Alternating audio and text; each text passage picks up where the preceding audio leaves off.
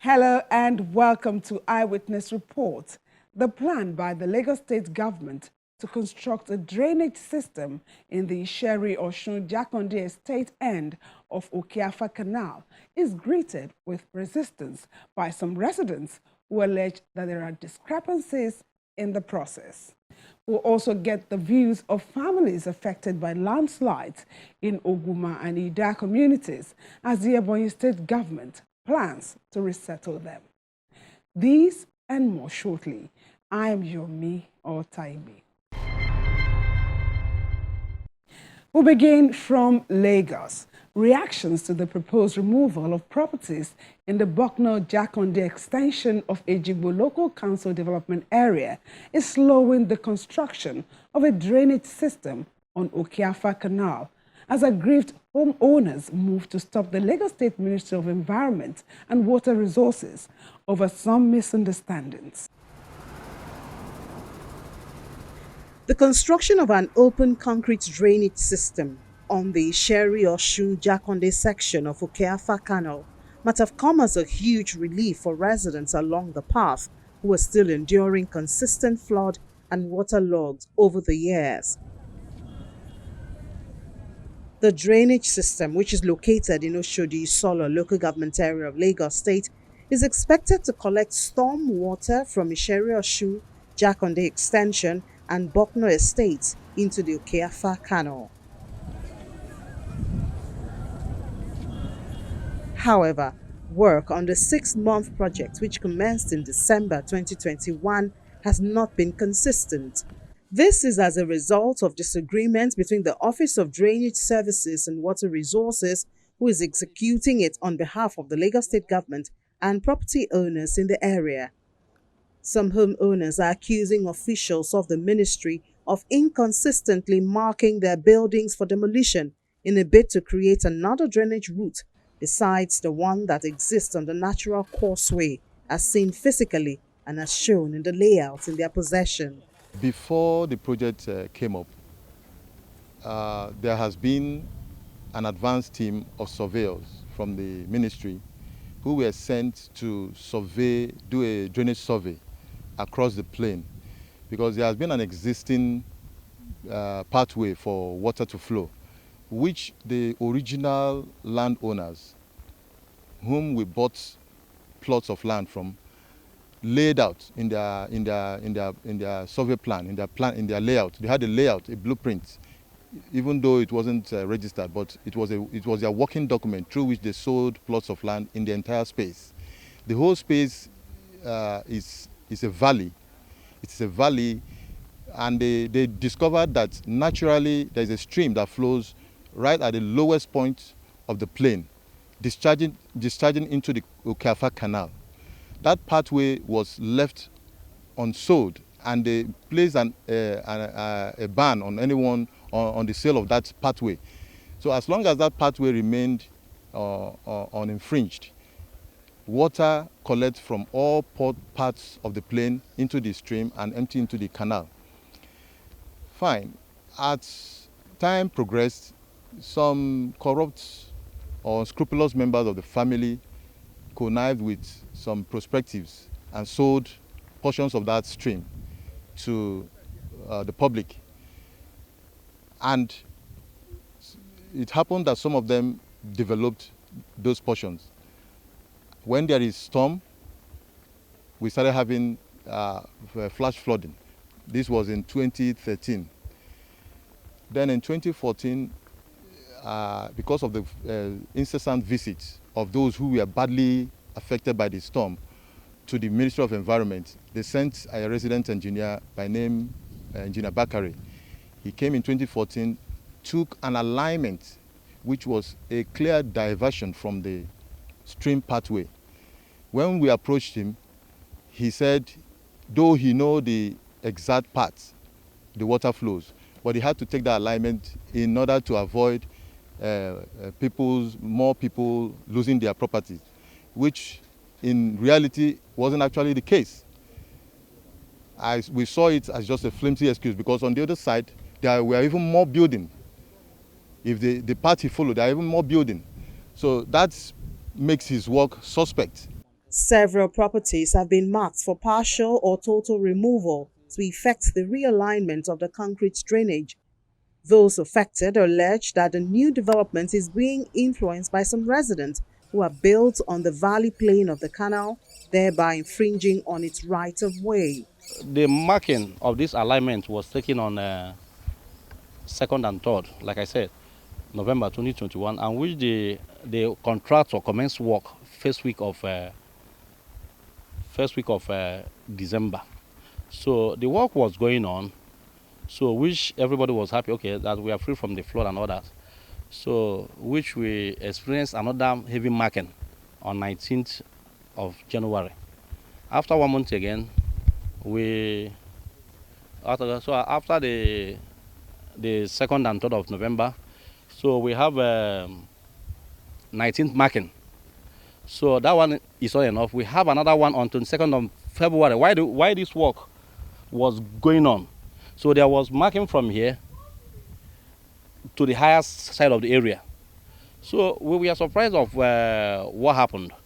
So we just relaxed. We thought maybe they're just trying to, okay, let's come to the office and do one or two things. So because we're on the right place. So that's 22nd marking. So the work stopped here, as you can see. So they want to divert this water from here down to this place. As you can see it removed to 2.5 meter in, so that they will come to the upper side of the area. So we did as if that, we were surprised. So what shocked us was on 1st of April, they came and pasted a notice on our gates that we have to vacate our premises of this side you are seeing now. So, and it was dated 25th to 28th March 2022. Only 3 days. And they came to paste that on 1st of April, being Friday, by 2:00 p.m. So we are surprised of what is going on. So on Monday, we have to send about 4 reps to Ministry of Environment, Alausa, which they told us that they were coming to demolish our houses. But their machine got spoiled or something like that. So we don't know what else to do. So on Tuesday, being 4th of April, other Tuesday, 5th or 4th, so we had a protest in there. So which one of the personnel in the ministry, Mr. Benjamin, asked us the documents we have. We presented the layout plan, which the owners of the land used to sell all these lands. So Mr. Benjamin is okay, there's no problem. Since we have the survey plan, that they have to work with it, but we have to give them 2 days to come and see again. So when they came, after 2 weeks, one of the directors who came to visit the area couldn't even allow us to show him the right way. But meanwhile, they are the ones who took the part of the water on 2nd and 3rd of November 2022. So he was claiming that what happened is that the water did not pass here and this and this and this. So we told him no. And if they carry this plan they wanted to do, or this diversion, it will affect the area in everything. Because as you can see here now, you can see this place is very, very high. So if they do this like this now, if they take it this way now, you know that the water will not flow. So I don't know the reason why they wanted to divert the water, because from the onset, as we got to Alausa, they said that the buildings on the waterway, the natural waterway, is about is more than the one on the upper side, and which is not true. So as you can see from this place now to where the water would discharge, is about 7 houses. Why you have multiple buildings, which claims up to about 50 or more buildings. So, and which the Ministry of Environment did not calculate before coming up with this. Further exploration of the area reveals that several houses are built on waterlogged portions. Some of them appear to be sinking, with no occupants in them, except for those whose foundations are well built with proper sand filling of apportioned land.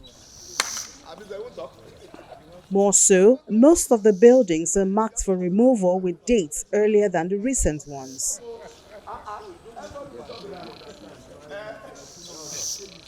In the course of filming, some residents whose property lie on the waterway engaged their aggrieved neighbors, questioning the authority to challenge the new decision of the state government. From what is what? Google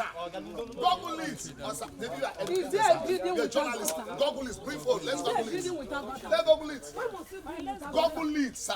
Mr. Gabriel Ogba, whose house is among those initially marked for removal, explains his understanding of realignment. He says the markings on his house does not indicate its removal. They didn't mark our building because we are in the canal route. They didn't mark it. Okay. They were trying to see how they can solve everything without having much damages. They invited us for a meeting. That was they mark and they put paper. I don't have the paper. I could have given you. You read it. When you read it, you say what they say to invite us. They ask us to come. Okay, the paper shows the yeah, they asked us to come. They were explained for us. They didn't mark us to remove because we are living in the canal route. No. Okay. I don't know the paper. The paper we saw was to invite us to come. If you look at what they marked on that side, it was total remove. This is not the first time. They have marked it the same thing in 2014, 2015, either 2019 or 2020. And on this side, there's nothing like that. I think we have stayed here over 15 years now. 15 years. Yeah. When you were building, did you feel your portion, your land? Yeah, everybody feel. Okay.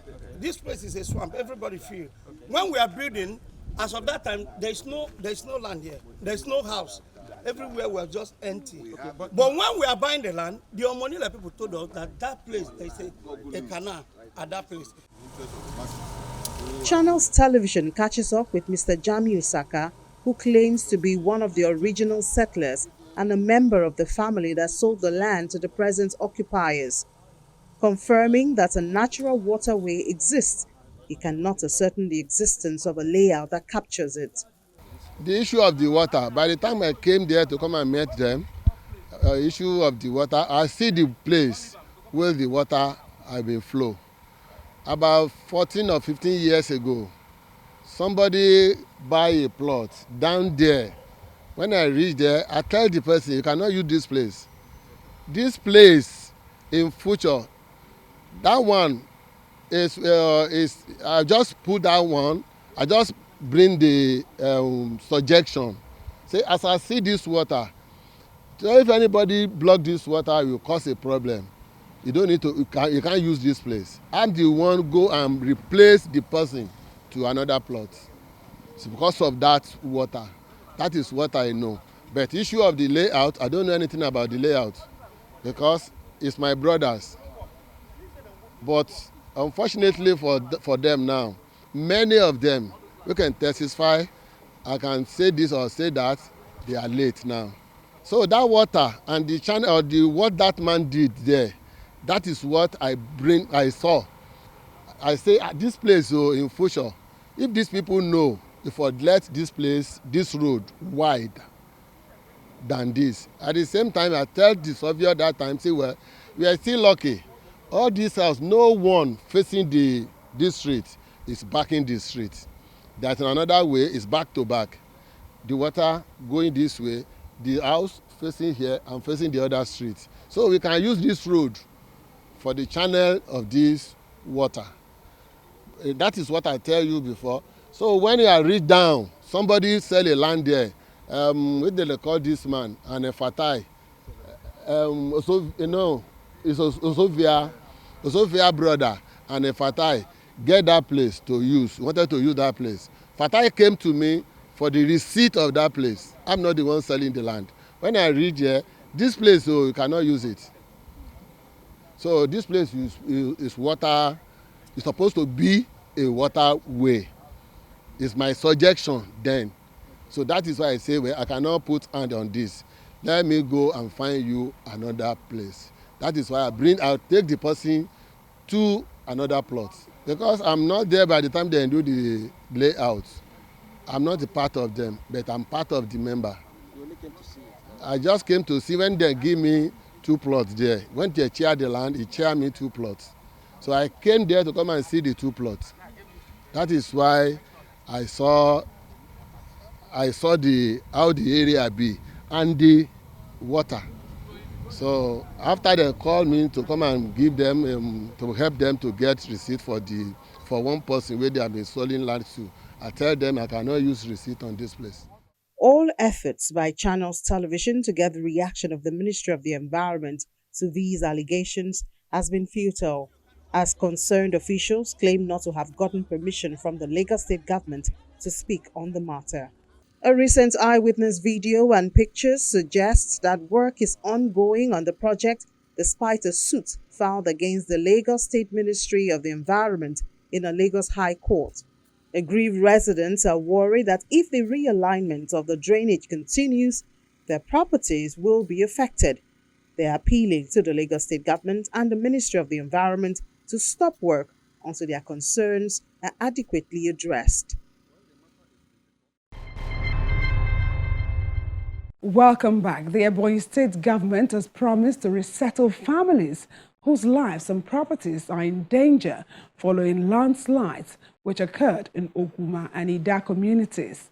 Eyewitness report examines the circumstances leading to the disaster and the impact on the lives of those affected.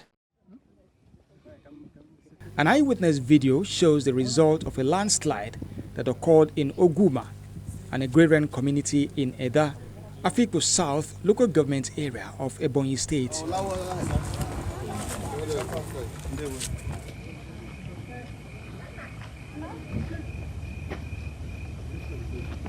This frightening and destructive natural disaster leaves many houses and other properties on the verge of collapse. It has also blocked a section of a major road linking Afikpo and Ohafia in Abia State.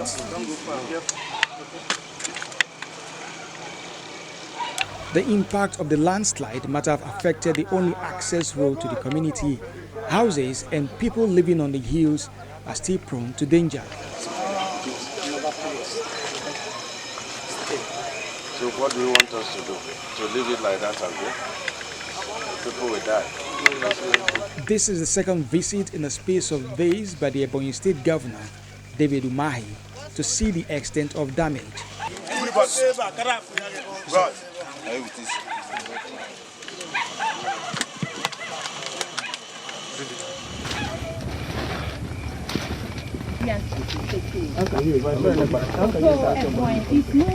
During the meeting, Governor Umahi informed residents about government's plan to relocate them to a safer place.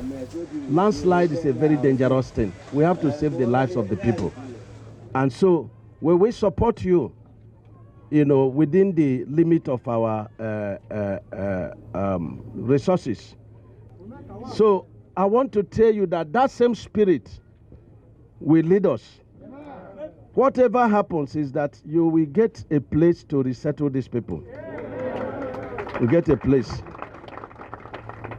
I've seen the enumeration. The enumeration cannot help the community. So we need to get more involved, okay?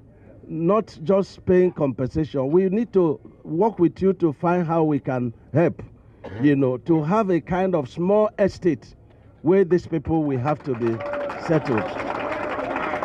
Okay? This is not the time of promises. Let nobody come and tell you, are we. I hate that word, are we. Because many people have said, are we, and they did not do anything. No be so? Now the one you see for your eye, now you go believe.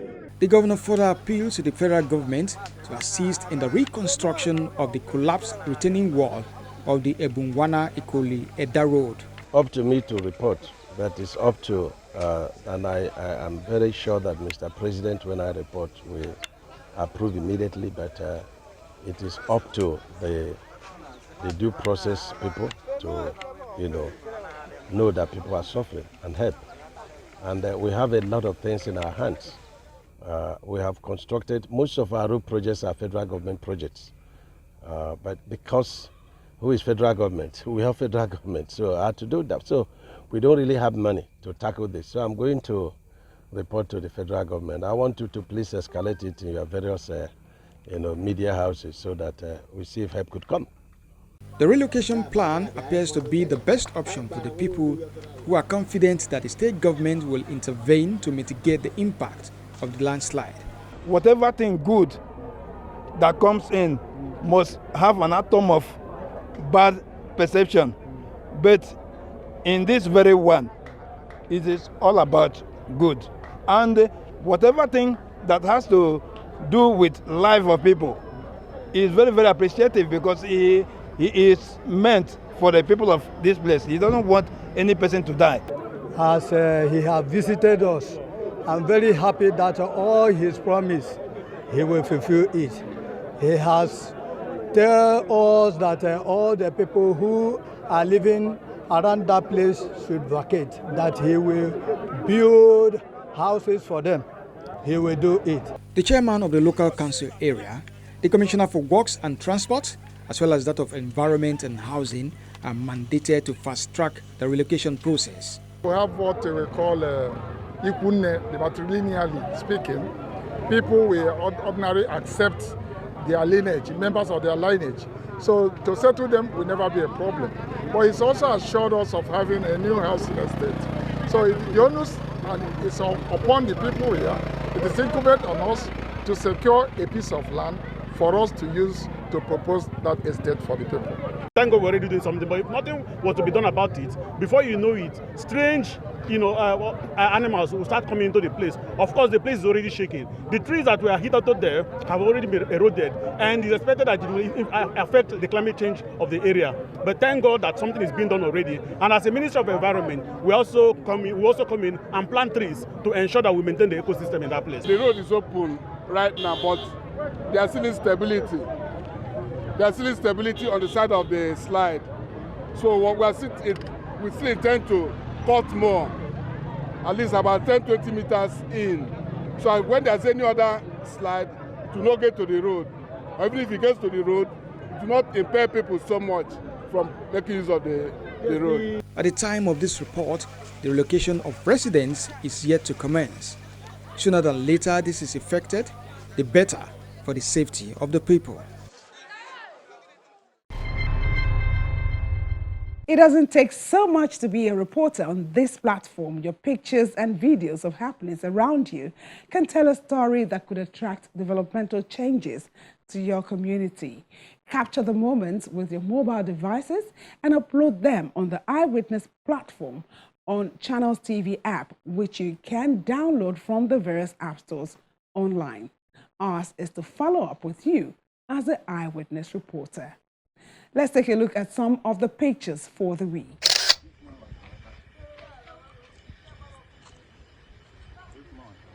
This segment of the program begins with a video from Abia State. The Eyewitness reporter laments the deplorable condition of Iberenta-Iyalu Road in Ikwano local government area of the state. The reporter is worried that the only road that leads to his community has remained like this since he was born over 50 years ago. Presently, the earth road is almost impassable and it is speedily eroded by rain. Sadly, as bad as it is, politicians drive through the road to seek the votes of the electorate during election campaigns. 50 years going to 51 years old now. This road is, look at it. Look at it. You see where we're driving? If rain falls, you cannot drive this road. This video from Ogun State shows a heavily flooded Songwota Joju Road in Adodota local government area. The Ogun State government announced the commencement of palliative works on the failed portions on the network of roads to ease the agony faced by residents and motorists in the area.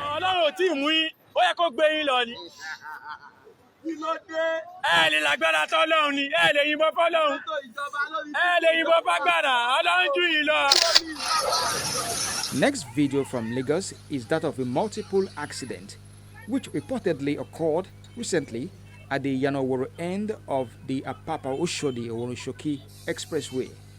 The Eyewitness reporter attributes the accident to overspeeding.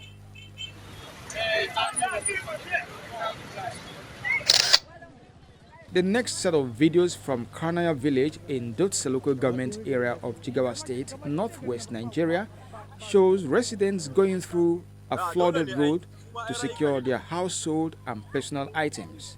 Many have been displaced following a heavy rain that lasted for several hours from the late hours of Saturday, August 27 into Sunday, August 28.